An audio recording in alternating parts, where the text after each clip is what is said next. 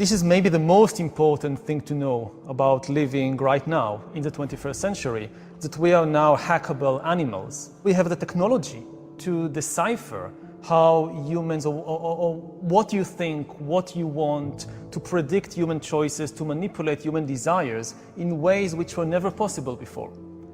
Basically, to hack a human being, you need two things. You need a lot of data, especially biometric data.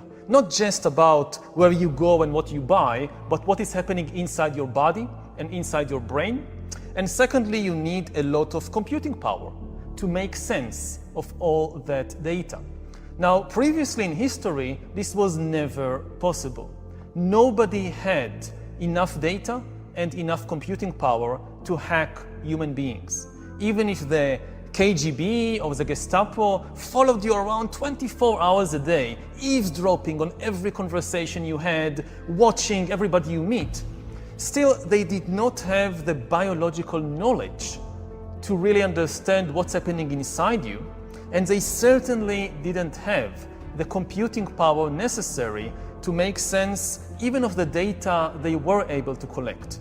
So the KGB could not really understand you, could not really predict all your choices or manipulate all your desires and so forth. But now it's changing. What the KGB couldn't do, corporations and governments today are beginning to be able to do. And this is because of the merger of the revolution in biotech. We are getting better in understanding what's happening inside us, in the body, in the brain.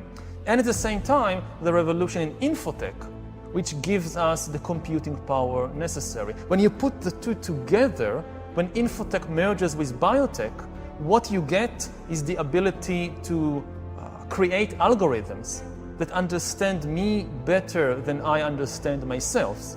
And then these algorithms can not just predict my choices, but also manipulate my desires and basically sell me anything, whether it's a product or a politician. One of the things many people don't realize about the AI revolution and the automation revolution, they imagine it as some kind of one-time event. We have the big AI revolution in 2025. You have all these truck drivers and taxi drivers and doctors and whatever losing their jobs. You have a few difficult years of adjustment, and then eventually you have the brave new world of AI with a new equilibrium. And this is an extremely unlikely scenario, because we are nowhere near the maximum potential of AI. The speed in which it develops is only likely to accelerate. So what we are really going to face is a cascade of ever bigger revolutions in the job market and in many other areas of life, relationships, politics, and so forth. So you have a big disruption in 2025, you have an even bigger disruption in 2035, an even bigger one in 2045, and so forth. And if you look, say, at the job market, so okay, you were a truck driver and they no longer need you, but there is new demand for yoga teachers. So you somehow reinvent yourself at age 40. I'm no longer a truck driver, now I'm a yoga teacher. It's very difficult, you somehow do it. 10 years later, no need of yoga teachers, thank you very much. We now have these amazing applications connected with biometric sensors to your body. They know exactly what you're doing with every tiny muscle. As you do this posture or that posture, no human yoga teacher can compete with that. You're out of job. You have to reinvent yourself again as a designer of virtual world games. And you do it somehow. But 10 years later, you have to do it again, because this too has now been automated. And even if you get support from the government and there is all these education for adult system, the really big question is, again, it's psychological.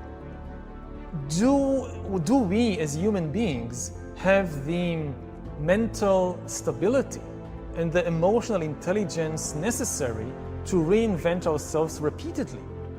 And when you're 20, what you're doing is basically to reinvent yourself or to invent yourself for the first time.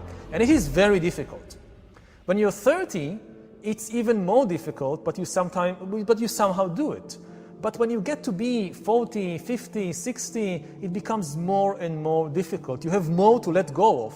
I've invested so much in building this career, this personality, these skills. To give it all up and start again from anew, it's so difficult. So I don't know whether we can do it.